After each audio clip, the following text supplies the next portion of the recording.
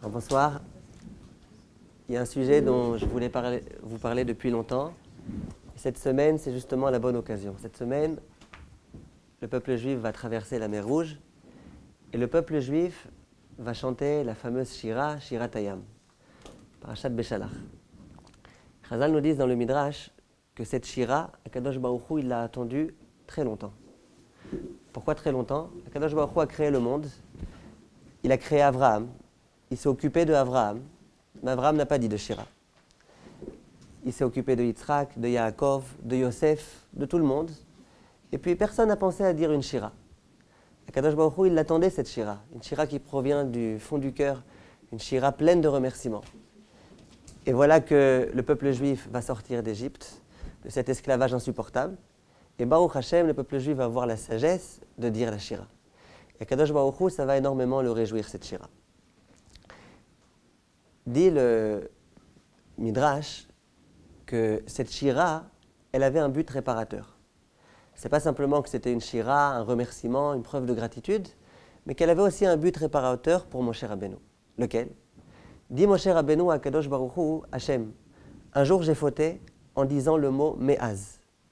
Eh bien, je vais réparer cette faute en entonnant une Shira qui est Az. Az Yashir Moshe. De quoi s'agit-il?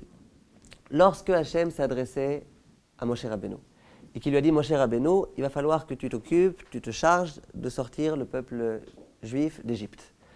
À ce moment-là, que s'est-il passé? Moshe Rabbeinu a été voir Paro, ainsi qu'Akadosh Baruch Hu lui a ordonné. Et il dit à Paro, écoute, le peuple juif va devoir sortir, il faut que tu nous libères, etc. Paro dit à Moshe Rabbeinu, t'es fou quoi, si t'arrives, t'as un problème. Non seulement Paro n'a pas accepté de libérer le peuple, mais en plus, il a intensifié la avoda des Bnei Israël.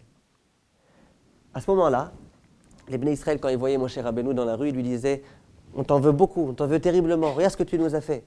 Tu es un émissaire de malheur, regarde le mal que tu nous fais. Jusqu'à présent, ce n'était pas facile de servir Paro mort, maintenant c'est devenu vraiment insupportable, c'est inadmissible, Dieu te le rendra. » Moshe Rabbeinu, le pauvre, il a voulu aider le peuple. Il voit que c'est tout l'inverse qui s'est produit. À ce moment-là, il va voir Hachem, et il lui dit, Hachem, lama areota la hamazé. Pourquoi as-tu fait du mal au peuple juif? Ou me'az, c'est le mot fort là. Ou me'az bati el Paro. Et depuis le moment où j'ai été chez Paro, voilà que non seulement les problèmes ne se sont pas résolus, mais au contraire, ils n'ont fait que s'intensifier. À ce moment-là, Hachem, vous vous imaginez, était fâché contre Moshe. Pour qui tu te prends? Comment tu me parles? Je t'ai demandé de faire quelque chose, fais-le. Tu ne vois pas les résultats immédiatement, d'accord. À tel point qu'au début de la paracha d'ensuite, de Vaïra, il est écrit « Vaïdaber Hachem el Moshe, Vayomer elav ani Hachem ». Vaïdaber, on dit que c'est la shon kasha. Quand on dit Vaïdaber, c'est-à-dire qu'Hachem, il parle sévèrement. Vaïdaber Hachem el Moshe. Hachem, il a parlé sévèrement à Moshe. Moshe, pour qui tu te prends? Comment tu peux me parler comme ça? Ce n'est pas une façon de me parler. Mais à la fin du pasuk, Vayomer elav. Hachem lui a parlé de façon beaucoup plus agréable. Dit le Midrash pourquoi? Hachem était fâché contre Moshe Rabbeinu. Tu n'aurais pas dû te comporter comme ça. Simplement, immédiatement, Hachem s'est ravisé, Kavirol, et il s'est dit, oui, mais si Moshe Rabbeinu il parle comme ça, c'est parce qu'il aime son peuple. C'est parce qu'il veut le bien de son peuple. C'est pas pour lui qu'il crie, c'est pour son peuple. Alors Hachem s'est calmé un petit peu, Vayomer, et il s'est mis à parler à Moshe Rabbeinu de façon beaucoup plus calme. En tous les cas, il y a eu ici une faute qui a été commise par Moshe Rabbeinu. La faute du Me'az, de cette permis de dire à Hachem, Me'az, tu vois, depuis que tu m'as envoyé, les problèmes n'ont fait que s'intensifier. Comment Moshe Rabbeinu va réparer cette faute? En entonnant la Shira de Az Yashir Moshe. Quand on remarque, a priori, la Shira, ce n'est pas Az Yashir Moshe. Az Yashir Moshe, c'est une introduction. On nous resitue le moment dans lequel ça s'est produit. Az, en son temps, Yashir Moshe, Tashira Azot, avec les Bnei Israël. Et le début de la Shira, c'est Ashira Lachem. Non, le Az, c'était déjà un mot important de la Shira. Il faut réussir à comprendre qu'est-ce qui se passe ici. Pourquoi le Az, il vient réparer le Me'az? Comment le fait de chanter une Shira, ça résout le problème de l'insolence, a priori, de Moshe Rabbeinu. Il faut savoir tout d'abord qu'il y a un Midrash qui rapporte un pasuk de Kohelet, qui a été écrit par Shlomo. Dans le pasuk, il est écrit la chose suivante. Ufaniti ani lirot chorma, Dit Shlomo Ameler, je me suis interrogé un jour sur le sens de la sagesse. Savoir c'est quoi la sagesse, est-ce qu'on peut se reposer sur elle, est-ce qu'elle est fondée. Veolelut vesichlut. Et je me suis aperçu que quelquefois la sagesse, ce n'était que bêtise et folie. Pourquoi? Ki meha adam sheyavo acharei hamelech et asher gvar asahu. Parce que une sagesse, aussi grande soit-elle, qu'est-ce qu'elle vaut à côté de la sagesse d'Akadosh Baruch Hu? Meha adam asher yavo acharei hamelech. L'homme, que peut-il faire alors que Akadosh Baruch Hu a déjà décidé d'un certain nombre de choses? Donc Shlomo réfléchit au sens de la sagesse et voit que souvent la sagesse n'est que folie par rapport à la grandeur d'Hachem. La sagesse vient d'Hachem. La sagesse de l'homme. C'est une sagesse divine en fait. Je n'ai pas compris le parallèle. C'est vrai que c'est une mida qui vient d'Hachem, comme toutes les midot, mais il faut savoir s'en servir de la chorma. Et justement, écoutez jusqu'au bout.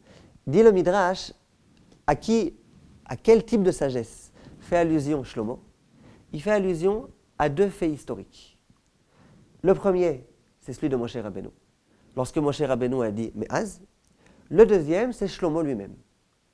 De quoi s'agit-il? Dit le Midrash, la Torah donne un ordre aux rois qui ne doivent pas avoir plusieurs femmes.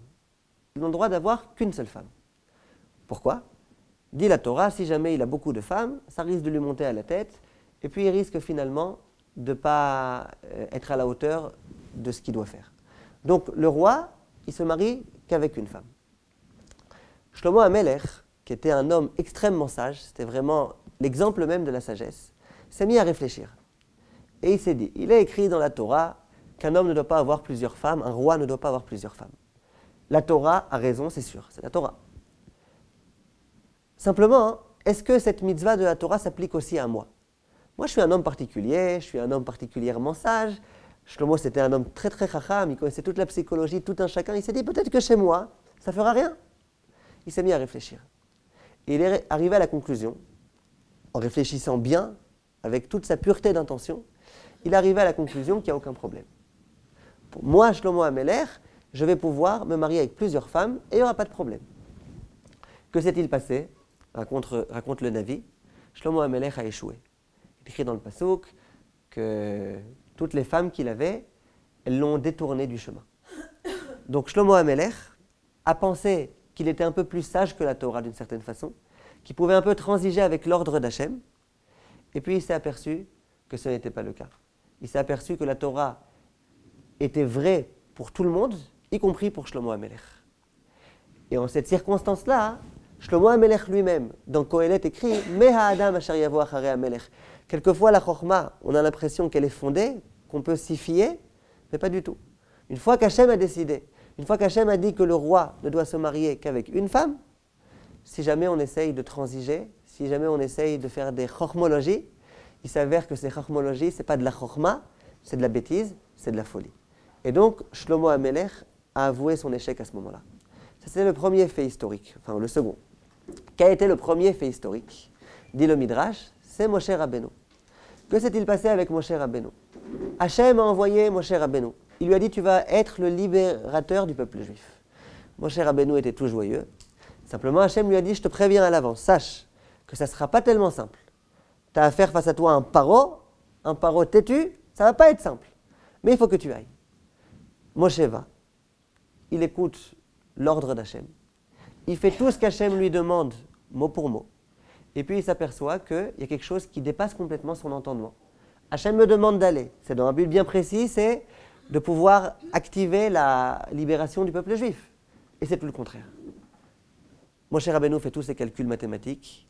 Il réfléchit énormément avec tous les principes qu'il connaît. Et il ne comprend pas. Il ne comprend pas. Il vient voir Hachem, il lui objecte. Hachem, il y a un problème ici. Mais Azbati el Paro, depuis le moment où je suis venu vers Paro, voilà ce qui se passe. C'est la raison pour laquelle, dit Shlomo Amelech, Moshe Rabbeinu lui aussi. Il pensait qu'il pouvait être plus intelligent qu'Hachem, il pensait qu'il pouvait faire la leçon à Hachem, mais c'est faux. Meha Adam asher yavo acharei Amelech. Qu'est-ce que l'homme peut se permettre de réfléchir, de penser, de donner son opinion, alors qu'Hachem a déjà donné lui-même son opinion? Voilà ce qui est écrit dans le Midrash. Donc on voit que ce qui a été reproché à Moshe Rabbeinu, ça a été de croire qu'on pouvait tout comprendre. Moshe Rabbeinu aurait dû comprendre qu'il y a des choses qui nous dépassent. Évidemment, nous sommes des hommes, Hachem, c'est Dieu. Hachem, il connaît tout. Hachem, c'est lui qui gère tout. Évidemment, il y a des choses qu'on ne peut pas comprendre. J'arrive pas à comprendre, ça veut dire que quoi? Ça veut dire qu'Hachem n'a pas raison? Non, ça veut dire que moi-même, j'arrive pas à comprendre. Donc voilà l'erreur que Moshe Rabbeinu a commise. Maintenant, d'où elle provient cette erreur? Comment ça se fait que ça a été une erreur? A priori, Moshe Rabbeinu avait raison. Moshe Rabbeinu vient voir Hachem, il dit Hachem, ça marche pas, ça tourne pas. On dit à Moshe Rabbeinu, tu t'es trompé. Quelle était ici l'erreur de Moshe Rabbeinu? En fait, il faut savoir qu'au moment où Akadosh Baruch Hu a donné la Gzera, et il a dit au peuple juif qu'il devrait rester en Égypte, au début c'était prévu que le peuple juif reste en Égypte 400 ans. 400 ans, il devait rester en Égypte. Combien de temps les Bnei Israël sont restés en Égypte? 210 ans. Comment ça se fait que de 400 ans on est passé à 210 ans? Incompréhensible. Imaginez-vous maintenant le moment où Moshe Rabbeinu est venu voir les Bnei Israël et qu'il leur a dit les enfants, on sort d'Égypte. C'est sûr qu'ils lui ont dit arrête de te moquer de nous, on sait très bien qu'on va devoir endurer pendant 400 ans. Qu'est-ce que tu racontes maintenant 210 ans, ça y est, c'est fini, la moitié du temps? C'est pas possible. Et il n'empêche qu'il avait raison, Moshe Rabbeinu. Au bout de 210 ans, les Bnei Israël sont sortis d'Égypte. Comment ça se fait? Hachem s'était engagé pour 400 ans et c'est devenu 210 ans, c'est pas possible. Comment ça fonctionne? Dit Chazal que c'est pas compliqué. Il y a eu dans le Shiarboud 2 ères. La première ère, c'était une ère de Shiarboud assez facile. C'est vrai que ça n'a jamais été facile d'être le serviteur de Paro, d'être l'esclave de Paro, mais malgré tout, Paro se comportait avec nous malgré tout de façon assez gentille, avec assez de compassion, et donc c'était pas très compliqué d'être esclave de Paro. C'était pas joyeux, mais c'était pas trop insupportable. Ça, c'était la première ère. A priori, lorsque Akadosh Baruch Hu a dit que l'esclavage devrait durer 400 ans, c'était en tenant compte de cela. Ça veut dire un esclavage pas intensif, mais de longue durée. Pendant 400 ans, on devait souffrir un esclavage pas trop difficile. Au bout d'un moment donné, Hachem s'est dit, non, les pauvres, être les avadim de Paro, et puis c'est vrai que c'est un travail qui n'est pas trop insupportable, mais malgré tout, quoi, pendant 400 ans, ils vont rester comme ça, les pauvres, c'est pas possible. Akadosh Baruch Hu a eu pitié de nous. Qu'a fait Hachem? Mais malgré tout, il y avait une Gzera qui avait été déjà édictée. Pendant 400 ans, il va falloir être esclave. Hachem a trouvé un moyen beaucoup plus simple. C'est d'intensifier la Havdout, l'esclavage, de faire que ce soit beaucoup plus difficile pour que Hachem puisse se permettre de raccourcir le temps. 400 ans, c'était pour un esclavage pas difficile. Esclavage plus difficile, ça va épuiser la Gzera de façon beaucoup plus rapide. Le but d'Hachem, au moment où il a dit à Moshe Rabbeinu, va voir Paro, et dis-lui que les Bnei Israël vont sortir d'Égypte, et dis-lui bien qu'on va s'en aller. Et sache, Moshe Rabbeinu, que Paro ne va pas t'écouter. À quoi ça sert de l'envoyer s'il ne va pas l'écouter? Réponse, c'était pour énerver Paro.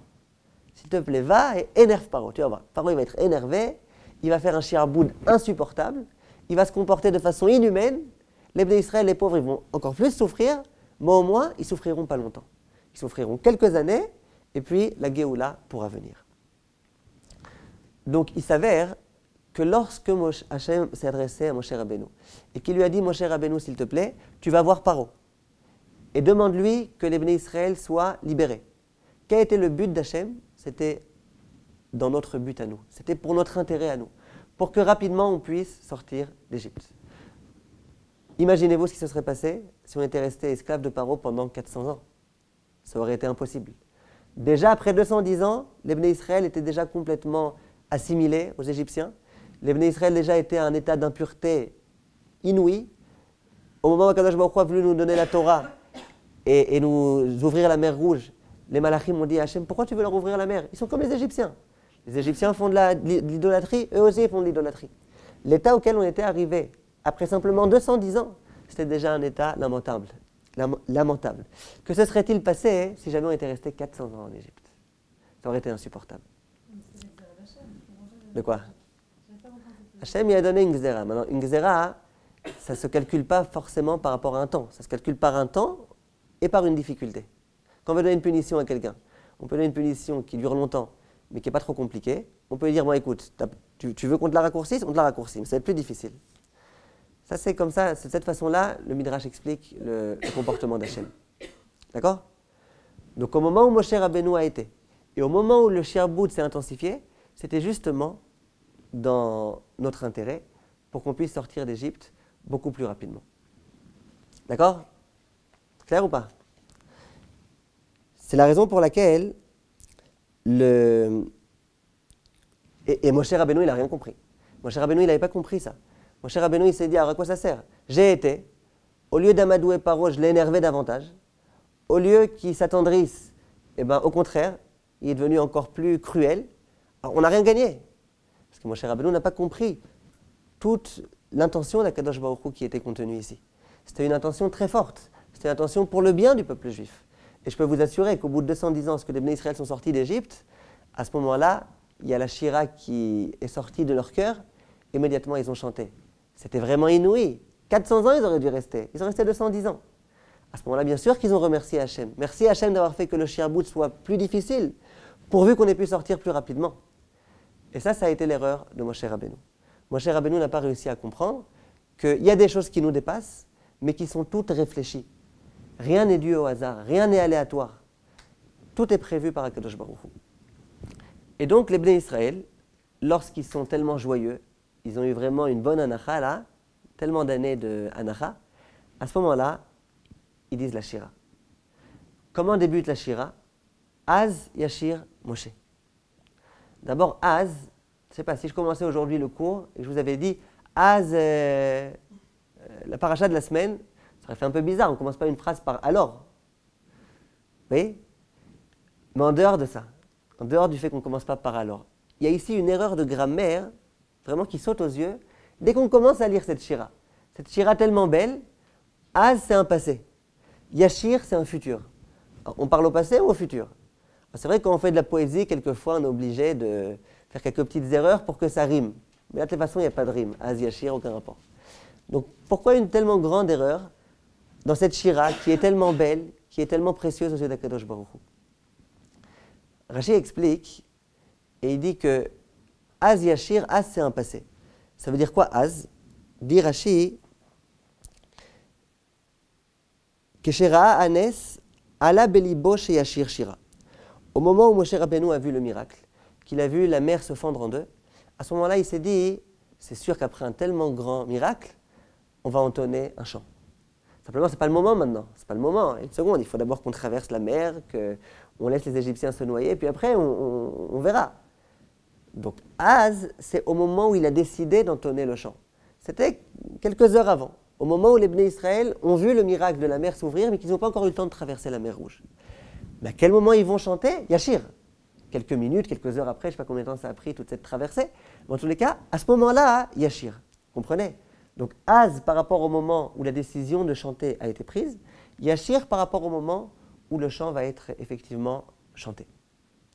Simplement, il y a un Rav qui s'appelle Rav Kalonimus Nipshisra. C'était un grand admor qui malheureusement a été tué pendant la Shoah. Et il a écrit des livres vraiment fabuleux. Et l'un de ces livres s'appelle le Esh Kodesh. C'est un livre qui a été écrit à partir des sichot qu'il disait à ses contemporains dans les ghettos. Imaginez-les, dans les ghettos, ils avaient besoin de leur Rav pour les renforcer. C'était pas facile, c'était des moments extrêmement difficiles. Et le Rav essayait de les remonter, de leur dire, vous allez voir, ça va s'arranger, etc. Et lorsque la paracha de Béchalach est arrivée, il leur a parlé un petit peu de cette Shira. Il leur a dit, Az Yashir, c'est quoi ce Az, c'est quoi ce Yashir? Et il leur a dit une idée qui est vraiment fondamentale. Nous, Baruch Hashem, on n'est pas dans les ghettos, mais il faut qu'on retienne cette idée-là. C'est quoi Az Yashir? Dit le Rav Kalonimus, lorsque les Bnei, il reprend un petit peu l'idée de Rashi. Il dit, lorsque les Bnei Israël étaient en Égypte, qu'ils étaient soumis à cet esclavage insupportable, ils savaient qu'un jour, tous les problèmes se résolveraient. Ils savaient très bien, c'est sûr, il faut bien que les problèmes se résolvent. Ils savaient que Hachem était présent avec eux. Ils savaient qu'un jour, la galère s'arrêterait. Ils ne savaient pas quand, ils ne savaient pas comment. Mais ils avaient la foi en Hachem qu'un jour les problèmes allaient se résoudre. Qu'ont fait les Bnei Israël à ce moment-là? Qu'a fait Moshe Rabbeinu à ce moment-là? Or qu'ils étaient vraiment sous la soumission égyptienne. À ce moment-là, ils se sont dit, le jour viendra où Bezrat Hachem, on sera sauvé, on sera libéré. À ce moment-là, on chantera un chant. Et ils ont commencé à réfléchir au chant. Ils ont commencé à le rédiger. Ils ont commencé à faire les rimes. Ils ont commencé à réfléchir en quels termes ils allaient chanter. Mais ils ne pouvaient pas encore chanter. Ils étaient encore en train de subir l'asservissement insupportable. Mais ils ont déjà prévu ce texte. Ça, c'est Az. Az, ça veut dire dans le passé. Par rapport au moment où les Bnei Israël vont traverser la mer Rouge, dans le passé, il y a eu un moment où ils ont déjà décidé de chanter. Mais quand est-ce qu'ils vont vraiment chanter? Yashir, au moment où il y aura la Géoula, au moment où ils vont traverser la mer Rouge, où ils vont voir tous ces miracles, et où enfin ils vont être libérés, à ce moment-là, les Bnei Israël pourront véritablement chanter. Az Yashir, il y a le passé, c'est le moment où on était encore dans l'état le plus difficile possible. Il y a Yashir, c'est le futur. Par rapport au futur, le passé, c'était un très mauvais moment. Voilà comment le Rav de Pshisra a expliqué ce Az Yashir. Et il disait à ses contemporains, à ses élèves qui étaient dans les ghettos, qui étaient en train de souffrir, qui étaient complètement désespérés, il leur a dit, vous inquiétez pas, un jour viendra où on aura un destin beaucoup plus glorieux. Et il faut, mes chers amis, que depuis maintenant, on rédige notre chant. Vous savez bien qu'un jour, on va être sauvé Bezrat Hashem. Hashem va s'occuper de nous. Donc, dorénavant, venez, on commence déjà à préparer la Shira, qu'on chantera le beau et heureux jour où on sera sauvé. Et puis finalement, le pauvre, il est mort dans les ghettos. Donc, ça, c'est le pshat que donne le Rav de Pshisra. Az Yashir Moshe, le passé et le futur.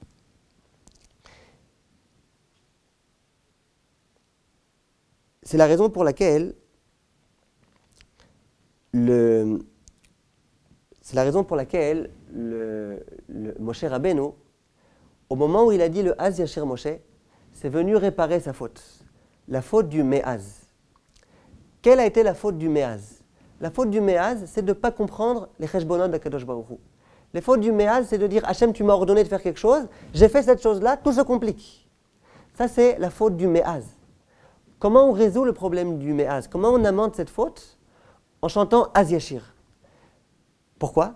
Parce qu'au moment où les Bnei Israël ont chanté Az Yashir, ils ont bien compris combien le Me'az c'était une erreur. Au moment où ils ont le droit à 210 ans au lieu de 400 ans, ils ont bien compris que le moment où ils se sont plaints il y a quelques années, c'était une erreur. Vous comprenez l'idée?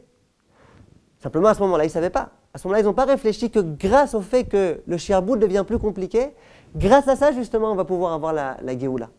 Ça, ils ne l'ont pas compris. C'est la raison pour laquelle, au moment où ils vont chanter le Az Yashir Moshe, ils vont se servir de ce même mot, Az. Au moment où ils vont être conscients du fait que grâce à ce shiarbout tellement difficile, ils vont pouvoir sortir d'Égypte et enfin devenir les Avdei Hachem, à ce moment-là, ça a réparé le Me'az. Ça a réparé le Me'az qui a été dit de façon irréfléchie. Me'az, voilà, Hachem, tu t'occupes pas de nous, voilà ce qui se passe, etc. Ça, c'est la leçon qu'il faut qu'on retienne. Quoi? Ils ont chanté le Az en ayant la kavana de réparer c'est ça. qu'ils n'aient pas compris. Ça veut dire, regardez. Comment ils ont compris? Regardez. Non, ça, ils ont compris. Ça, ils ont compris. Ils ont bien compris. Ils ont bien compris que ils ont bien compris que 210 ans et 400 ans, il y a quelque chose qui s'est passé. Maintenant, visiblement, Moshe Rabbeinu, rétroactivement, a compris quel était le cheshbon d'Hachem. Maintenant, ils ont compris autre chose. Ils ont compris que ce mot Me'az, ce fameux Me'az, c'était vraiment insupportable pour eux. Vous vous mettez à leur état, dans leur tête. Ce Me'az-là, c'était vraiment... Déjà, ils n'en pouvaient plus. Maintenant, Moshe Rabbeinu fait quelque chose, ça devient encore plus insupportable. Rétroactivement, il va s'avérer qu'au contraire, ce moment-là d'insupportable, ce soupir très profond qu'ils ont soupiré à ce moment-là, c'était grâce à ce soupir-là qu'il y a eu la Géoula, que la Géoula a été accélérée. Et qui sait s'il y aurait eu une Géoula si jamais ça avait duré 400 ans? Qui sait quel aurait été l'état des Bnei Israël à ce moment-là? Donc à ce moment-là, les Bnei Israël, au moment où ils ont dit Az Yashir Moshe, au moment où ils ont chanté, au moment où ils ont remercié Hachem, ils ont compris que tout le Me'az, c'était une erreur. Au contraire, ils auraient dû se réjouir de ce Me'az. Simplement, l'homme, il y a des fois, il ne comprend pas. Hachem s'occupe de nous, il nous choisit, il nous adore, il s'occupe vraiment de nous dans tous les détails. Simplement, nous, évidemment, on n'est pas capable de comprendre. Quel est le problème dans notre vie? C'est que lorsqu'on se trouve dans la détresse, nous tous, on a connu des moments de détresse. Hachem Yazor, qu'on n'en est plus. À ce moment-là, le Yetzer Hara vient et il nous dit, tu sais, ta situation de détresse, elle restera pendant toute la vie. C'est sûr. Ce qui a été, ça se produira à nouveau. Mashéaya ou Sheiye. En Chadash Tachat Hashemesh. Le Yetzer Hara, il a beaucoup de passouk. Vous inquiétez pas, il a plein de passouk dans sa poche. Il peut nous décourager autant qu'il veut. Ça, c'est la avoda du Yetzer Hara. C'est de nous dire, ça a été difficile, tu es dans un état difficile, ben ça restera comme ça. Tu n'as aucune chance. Nous, qu'est-ce qu'il faut qu'on dise à notre Yetzer Hara? C'est que justement, dans ce moment de difficulté, on commence à rédiger notre chant. Qu'on sache qu'un jour, il y aura un chant. Qu'on sache que plus c'est difficile, plus visiblement, ça veut dire qu'Hachem est en train de s'occuper de nous. Qu'Hachem est en train de faire que ça devienne insupportable pour que le problème se résolve. À ce moment-là qu'on rédige le chant. Et qu'on soit certain que viendra un jour où on pourra chanter ce chant. Ça, il faut qu'on le sache. Le Gaon de Vilna disait que ce qui nous fait pleurer aujourd'hui nous réjouira demain. Il y a beaucoup de choses qui aujourd'hui nous font pleurer. On pleure et on est désespéré et on ne comprend même pas comment ça pourrait peut-être un jour être pour notre bien. Mais demain, ça nous fera rire. Il y a une fois une jeune fille qui est venue me voir, elle était amoureuse d'un garçon. Et elle est venue me demander conseil concernant ce shidour, est-ce que ça valait vraiment le coup de continuer? Je lui ai dit surtout, tu continues pas. Je l'ai bien écouté, elle est venue dans mon bureau, vraiment, je l'ai bien écouté. Celles qui me connaissent, elles savent que ce n'est pas mon genre de repousser des shidourim facilement. Et dans ce cas précis, je lui ai dit, il faut à tout prix que tu le laisses, ça ne convient pas du tout. Si tu continues avec lui, ça pourra mener à rien. Elle me dit, vous êtes sûr, vous êtes sûr? J'étais obligé de lui dire, tu es obligé de laisser tomber. Après, elle m'a appelé au bout d'une semaine, en pleurs, elle me dit, mais vraiment, Rav, c'est trop difficile, je suis amoureuse de lui, j'arrive même pas à imaginer ma vie un instant sans lui, etc. Je lui ai dit, il faut absolument laisser. Je lui ai dit, maintenant, vous pleurez, demain, vous rirez. Après, au bout de quelques, je ne me rappelle plus si semaines ou mois, je ne me rappelle plus exactement, elle m'a appelé, elle me dit, Rav, vous êtes le premier que j'informe, je viens de me fiancer. Ou je vais me fiancer, je ne me rappelle plus exactement, vous êtes le premier, et je vous promets, Rav, je suis super contente d'avoir laissé tomber avec l'autre. Avant, j'étais avec quelqu'un, il valait rien du tout, Kavichol, et vraiment, vous avez bien fait de me dire d'arrêter avec lui. Maintenant, j'ai quelqu'un de qualité, vraiment un bon bachour. Après le mariage, à nouveau, elle m'a retéléphoné pour me dire vraiment, Rav, vous m'avez sauvé. Ce qui l'a fait pleurer un jour, ça l'a réjoui le lendemain. Et souvent, on n'est pas capable, au moment où on est dans la détresse, de réaliser ce point-là. On n'est pas capable de réaliser que c'est vrai que c'est difficile, mais c'est justement pour le bien. Le Kli Yakar explique, et il dit qu'il y a une loi de la nature qui est que, par exemple, le moment le plus sombre de la nuit, c'est juste avant l'aurore. Comment ça se fait?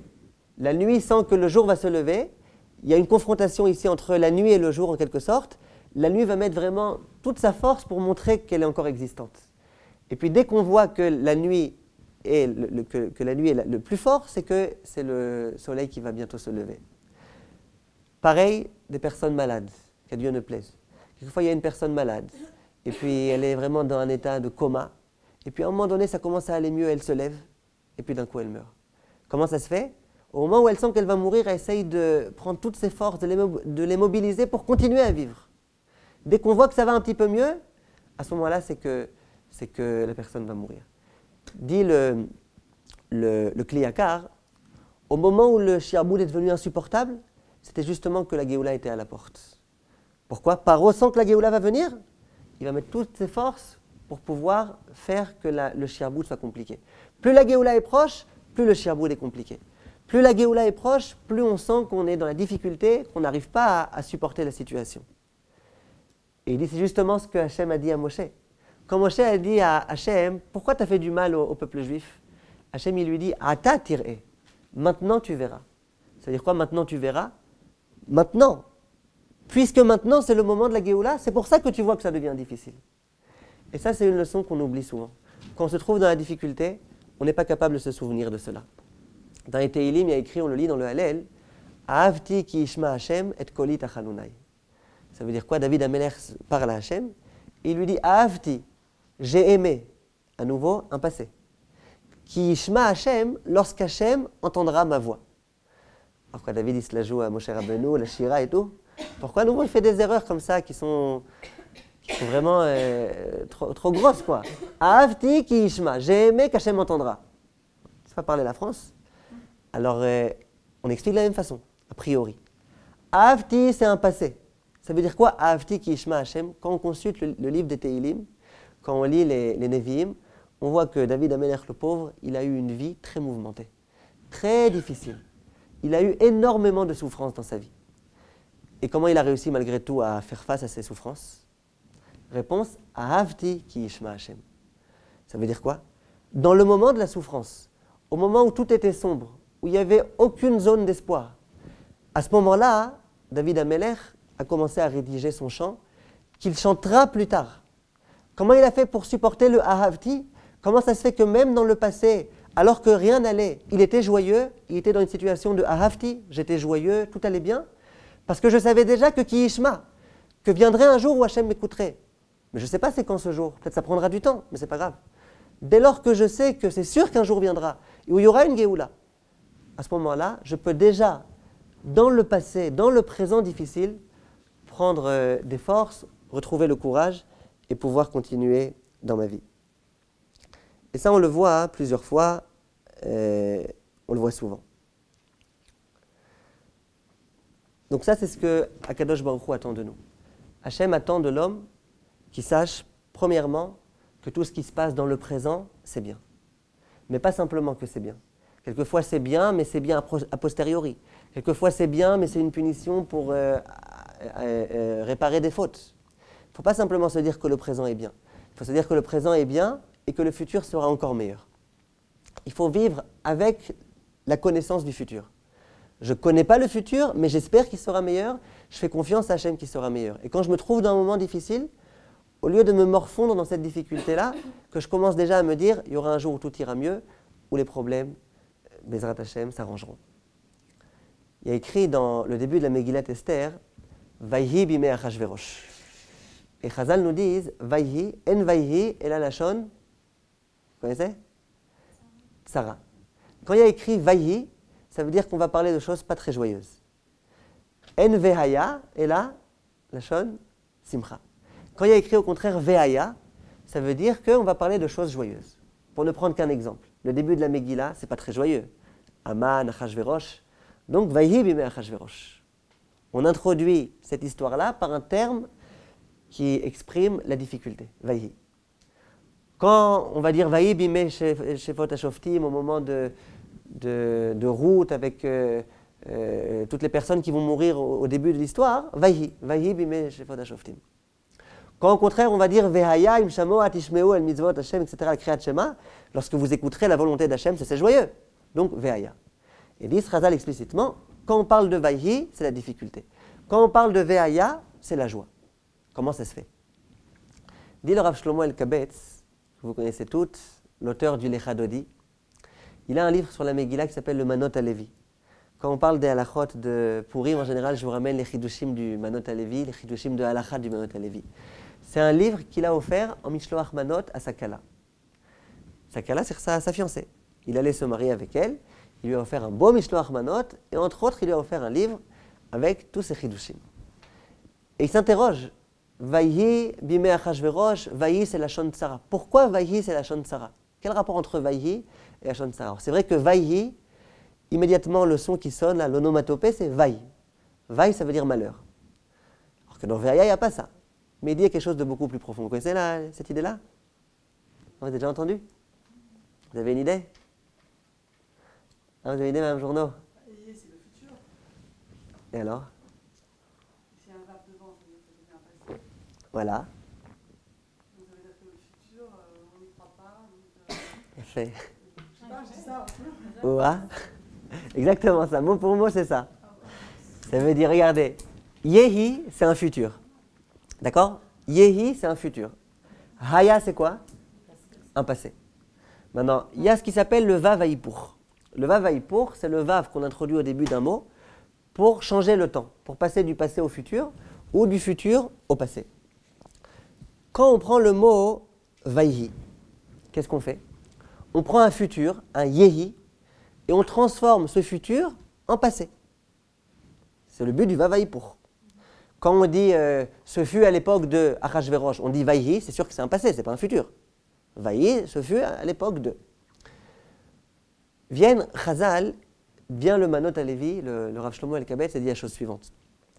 Quand on prend un futur et qu'on le transforme en passé, c'est la chose la plus désespérante qui puisse être. J'ai un futur devant moi. Quel âge j'ai? 30 ans, 40 ans, 50 ans, 70 ans, j'ai encore un grand futur devant moi. Les choses vont pouvoir s'arranger, tout va pouvoir se résoudre. Alors ça fait 10 ans que je veux avoir des enfants que je n'ai pas réussi à en avoir. Ça fait 10 ans, ça va, tu as encore des années devant toi. Ça fait 10 ans que j'ai voulu me marier, je n'ai pas encore trouvé. Tu as encore un futur devant toi. Quand je prends mon futur et que je le ramène à mon passé, et que je me dis, puisque dans mon passé, j'ai jamais réussi à m'en sortir, dans mon futur non plus, je m'en sortirai pas. Ça, c'est la fin du monde. Et ça, c'est la Shon Tsara. Ça nous conduit inéluctablement dans l'affliction, dans la difficulté, et on ne peut pas grandir comme ça. Par contre, quand on prend le Vehaya, c'est quoi le Vehaya? Vehaya, c'est je prends un passé. Haya. Et je le transforme en futur. Ça veut dire que quand je suis dans le passé, quand je regarde mon passé, quand je regarde dans le rétroviseur, et que je vois que mon passé n'était pas forcément très bien, en tout cas qu'il y a des points qu'il faudrait améliorer, et que je me projette immédiatement dans un futur, et que j'espère et que je souhaite et que j'ai foi que mon futur sera bien meilleur, comme ça on réussit. Et ça, c'est la joie. Chazak, Madame Journo Bémet, vous nous avez épaté là. Hein. Alors, ça, c'est exactement ce que Chazal nous enseigne. Chazal dit, tu es dans un moment de difficulté. Tu vois que rien ne va.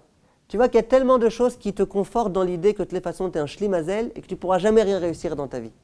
Non, ne t'arrête surtout pas là. Arrête un petit peu de regarder ton passé. Arrête de ressasser ton passé. Commence déjà à composer le chant que tu chanteras le jour de ton mariage, le jour où tu auras un enfant, le jour où tu seras plus pauvre. Commence déjà à préparer tout ça. Voilà ce que Chazal nous enseigne. Il faut regarder les choses de façon positive. Toujours regarder les choses de la façon la plus positive possible, avec une note d'espoir. On raconte qu'un jour, il y a une femme, son mari à chaque fois il rentrait tard. Il rentrait très tard le soir et puis sa femme n'était jamais au courant. Un jour, il y a une voisine qui vient voir cette femme-là, une voisine pas religieuse. Elle lui dit, ton mari, à ta place, je ferai attention à lui, hein, parce que je sais pas, le soir il rentre tard, c'est un petit peu pessus quoi, ce qui se passe avec lui. La vérité, je te conseillerais de bien vérifier ce qui se passe, peut-être qu'il y a des mauvaises fréquentations, peut-être que ceci, peut-être que cela, parce que vraiment elle commence à lui dire, à lui mettre le doigt sur tout type de choses qu'il pourrait faire à ce moment-là. Après, elle lui dit, mais arrête d'exagérer, arrête avec tes problèmes, toi tu vois des problèmes là où il n'y en a pas. Écoute, peut-être qu'il a eu un accident, peut-être qu'il est mort. D'accord?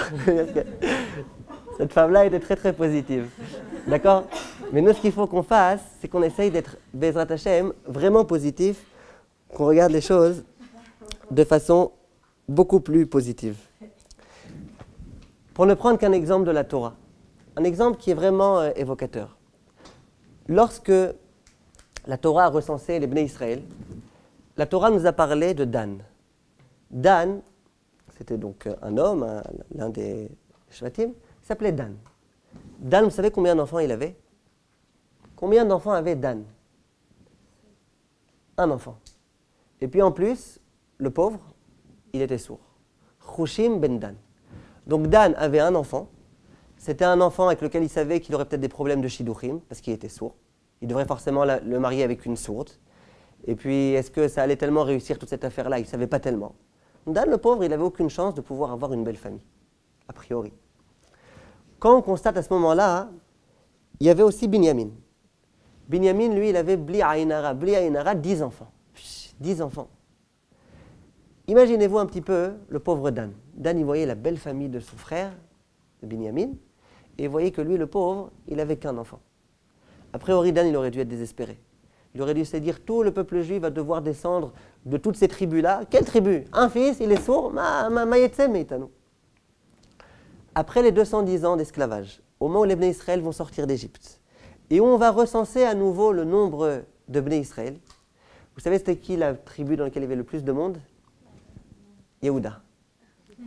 C'était qui la deuxième tribu? Dan. Et Binyamin, lui, c'était le dernier. Il y avait le moins d'enfants dans sa famille. Dan, il avait un enfant. Je ne sais pas combien d'années ça lui a pris à avoir cet enfant. Cet enfant, il était sourd. De Dan, il y a une super grande famille qui est née, la famille de Dan. Binyamin avait 10 enfants. Le pauvre, finalement, il y a eu un problème quelque part, il n'a pas eu une grande famille. Dis Chazal, c'est de cette façon-là qu'il faut qu'on regarde la vie. Quelquefois, il y a des personnes qui ont du mal, et c'est difficile. À chaque fois qu'ils veulent faire quelque chose, ils voient qu'il y a des problèmes, il y a des difficultés, ça ne marche pas. Et ils se disent, ça ne marche pas, d'accord, ça ne marche pas. Alors, j'ai qu'un enfant, alors visiblement, j'aurai plus jamais d'enfant, et puis j'aurai peut-être aussi un seul petit enfant, et puis peut-être qu'il va mourir, et puis... C'est pas comme ça. C'est pas comme ça qu'il faut qu'on voit les choses. Il faut qu'on voit les choses, il y a eu un passé, il y a un présent, mais il y a aussi un futur. Et le futur, il faut avoir confiance en futur. Et il faut savoir qu'il y a une logique de la part d'Akadosh Baruch Hu.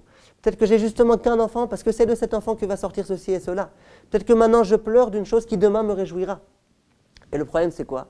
C'est que quelquefois, on n'arrive pas à voir rétroactivement pourquoi cette difficulté était pour notre bien. Il y a des fois où on le voit immédiatement. Cette fille-là avec son shidour, elle a rapidement compris pourquoi c'était bien qu'elle pleure. Mais il y a des fois où on ne le voit pas. Ce qu'il faut, c'est qu'on sache que lorsqu'il y a des fois où ça commence à devenir difficile, ça commence à devenir insupportable, c'est que c'est Hachem qui le voulait et c'est que c'est pour notre bien.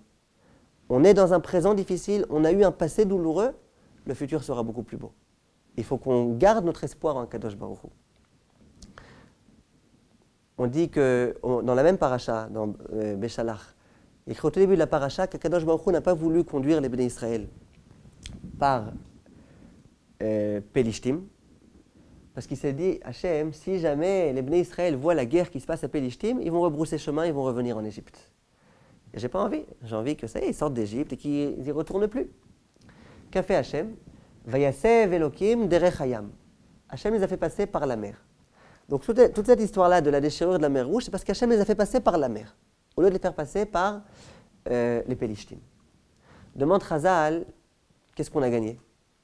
Au moment où ils sont arrivés face à la mer, ils ont aussi voulu retourner en Égypte.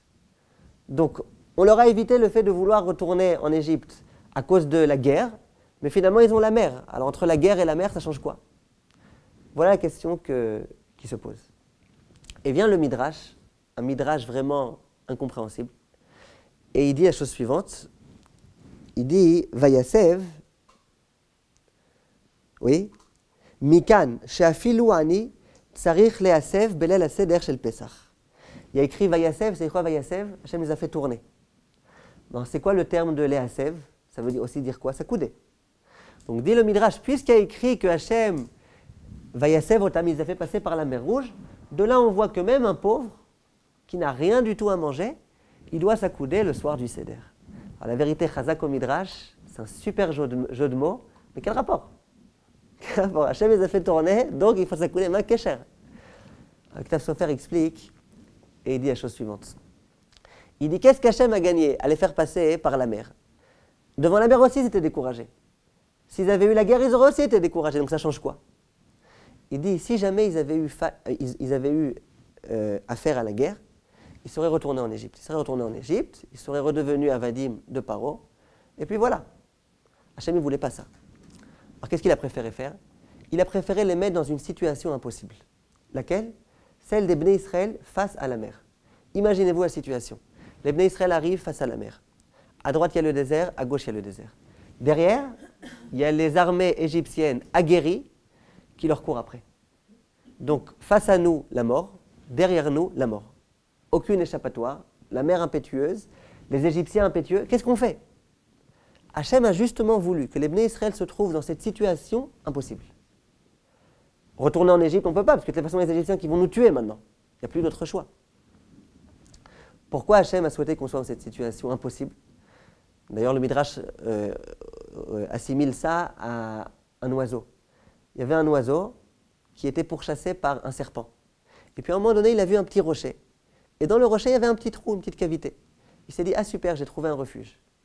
Il rentre dans le rocher, et puis il voit que c'était qu'une toute petite cavité. Il ne peut plus continuer, il ne peut plus sortir. Il tourne sa tête, et puis il voit la grande bouche du serpent, grande ouverte, prête à l'engloutir. Dit le Midrash, à ce moment-là, l'oiseau a hurlé. Hachem, sauve-moi. C'était ça l'état du peuple juif. Devant nous la mer, derrière nous les Égyptiens, et à ce moment-là, on a demandé à Hachem de nous sauver. Que s'est-il passé à ce moment-là? On a eu l'expérience qu'Akadosh Baruch Hu est capable de résoudre même les situations impossibles. C'était vraiment une situation impossible. Si on a l'esprit cartésien, on aurait dit, c'est la mort. 100%, psychréché, on va mourir. Les Bnei Israël ont connu cette expérience-là. De psychréché, on va mourir, mais il y a un miracle. Surnaturel, la mer s'ouvre, les Bnei Israël passent, et puis Walt Disney. C'est ce qui s'est passé. Dit le Midrash, Vayasev, dit le Midrash, lorsque le soir du Seder, on est tous accoudés, on a des invités, on s'est acheté un vin à 100 € la bouteille, on est joyeux le soir du Seder avec toute notre famille, tout le monde a des nouveaux vêtements, on a offert à nos femmes des bijoux, machou, machou. Mais le pauvre, qui est chez lui à la maison, qui n'a pas d'invité, qui n'a pas réussi à s'acheter suffisamment de vin, qui n'a que des matzot déchirés qu'il a trouvés près de la poubelle, lui, il peut vraiment se réjouir au soir du Seder. Comment il peut se réjouir? Vayasev. Vayasev, c'est l'expérience des Bnei Israël qui vont se trouver face à la mer Rouge, une situation impossible, et qui vont voir qu'il n'y a pas d'impossible. Que même dans les situations les plus difficiles, Hachem est capable de nous sauver. Mikan, de là, que le pauvre, celui qui n'a pas d'argent, celui qui est dans une situation impossible, il doit malgré tout s'asseoir joyeusement avec sa famille. Mais le pauvre, il est pauvre, comment il peut être joyeux? Comment il peut être Mesev? Mesev, ça veut dire que je m'accoude, je suis joyeux, je suis libre. Il n'est rien libre du tout, il a sans arrêt les créanciers, les huissiers qui lui courent derrière. Réponse, oui, mais il faut retenir la leçon de la mer Rouge. La situation est impossible, je ne vois aucun recours, j'ai des milliards de dettes, même si jamais tout s'arrange, je ne pourrais même pas réussir à rembourser mes dettes. Hachem s'occupe. Vayasev, c'est la leçon que même dans les situations impossibles, Hachem est là pour nous aider. De là, on voit que même le pauvre, qui n'a rien du tout, qui est meurtri, qui a sa femme qui est en train de pleurer parce qu'elle est inquiète de ce qui va se passer les jours prochains, qui a les enfants qui sont en train de gémir pourquoi on n'a pas pu avoir de cadeau papa pour Pessah. Même dans cette situation-là, il faut être joyeux. Pourquoi? Parce que rappelle-toi que les Bnei Israël étaient face à la mer Rouge et la mer s'est ouverte. Toi aussi, tu auras des miracles. Donc si on résume, l'idée qu'on a dite, c'est une idée à mon avis qui est importante. C'est vraiment une idée qui pourra nous aider, Bezrat Hashem, à affronter les difficultés de la vie. Parce que les difficultés, Baruch Hashem, on en a. Des moments difficiles, Baruch Hashem, on en a. Pourquoi je dis Baruch Hashem? Je pense que vous savez pourquoi. Ça serait l'objet d'un autre cours. Pourquoi les Isurim sont pour notre bien? Pourquoi quand il y a des Isurim, quand il y a des Nisyonot, c'est pour notre bien? Les Nisyonot, ils nous élèvent. Nisayon, ça vient du terme Nes. Nes, dans la Torah, ça veut dire être élevé. Dans la paracha là-bas avec les Nechashim, il y a écrit « Prends un Nachash, tasimoto al Nes ». Nes, ça veut dire un endroit élevé, pour que les Bnei Israël puissent le regarder. Le Nisayon, c'est quelque chose qui nous élève, c'est quelque chose qui nous forge notre personnalité, c'est une chose qui peut nous permettre de prouver l'amour qu'on a vis-à-vis d'Akadosh Baruch Hu. Donc le Nisayon, c'est important. Les Nisyonot existent. Simplement, il faut qu'on sache que le jour où Akadosh Baruch Hu décidera que ces Nisyonot s'arrêtent, ils s'arrêteront immédiatement. Dit le Midrash, Yosef était en prison. C'était super difficile pour lui d'être dans ce cachot-là, avec les Égyptiens qui étaient là-bas. Il n'empêche qu'au moment où Akadosh Baruch Hu a décidé que Yosef devait sortir, Vayachalom, Paro. Paro a fait le rêve, et puis tout le processus de la rédemption de Yosef s'est activé d'un coup. Dit le Midrash, Sam Ketz Lachocher. Akadosh Baruch Hu, il met une fin à l'obscurité. Il y a des périodes d'obscurité. Quelquefois, on est dans un tunnel sombre, on ne voit pas la sortie de ce tunnel-là. Simplement, Hachem, lui, Sam Ketz Lachocher.